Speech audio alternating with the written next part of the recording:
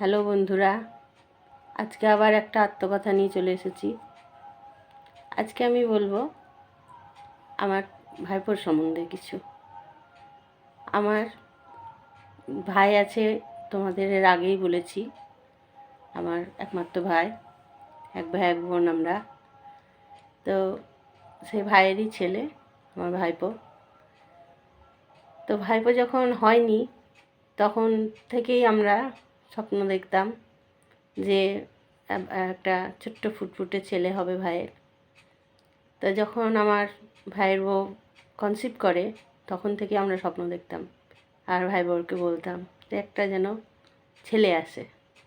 তো যাই হোক, উপরওয়ালার আশীর্বাদে আমাদের তাই এসেছে। সেই দিনটা ছিল প্রচণ্ড আনন্দের, আমরা প্রচণ্ড আনন্দ করেছি। হ্যাঁ, আমার এমনকি আমার মুখের বাক্যই হারিয়ে গিয়েছিল। কি বলবো, যখন হাসপাতালে গিয়ে শুনি যে ছেলেই হয়েছে, তখন আমি তো কথাই বলতে পারছিলাম না। মিষ্টি খেতে খেতে গলাই বেঁধে গেল, কি বলবো তোমাদের।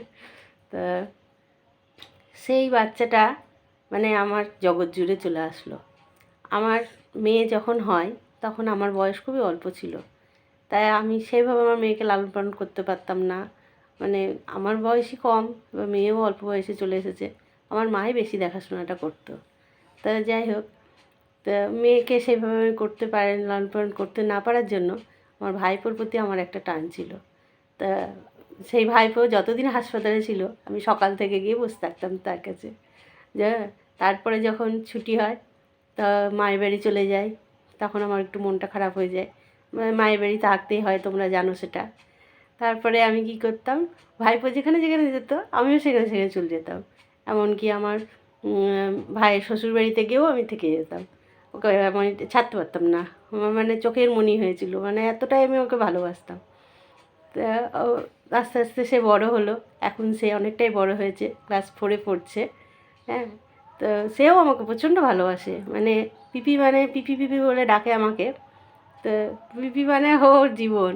আমার সম্বন্ধে যদি ওর মা একটু কিছু বদমাইশি করে বলবে, সে মারতে চলে যাবে ওর মাকে, বুঝলে।